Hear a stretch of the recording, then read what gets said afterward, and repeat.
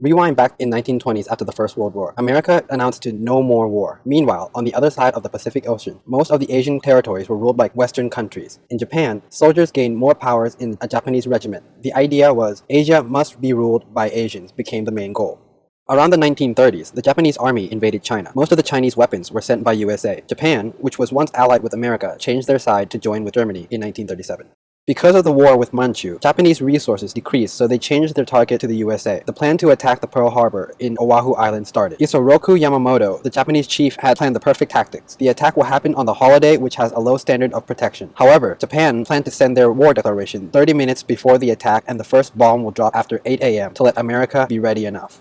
At the Oahu Island on 7th of December 1941 at 7:45 a.m., the atmosphere on the island was the same as what Japan had predicted, no protection, and suddenly, the first torpedo dropped, followed by the second and third. The attack was divided into 3 areas, which were the Wheeler, Hickam, and Ford Island. Pearl Harbor was attacked by either up in the air or underwater. Oil spilled all over the area. Numbers of soldiers were burnt to death. The attack ended at 9:55 a.m. 2,403 people died, 1,178 wounded. 10 a.m., the war declaration had just reached the Pearl Harbor. Franklin D. Roosevelt, the USA president, retaliated with a declaration of war against Japan. 6th of August 1945, Hiroshima and Nagasaki was hit by the atomic bombs. The history of Pearl Harbor was inscribed at the USS Arizona Memorial. In 2011, 70 years after the event, the survivors met each other. Some may forgive, but this event will never be forgotten.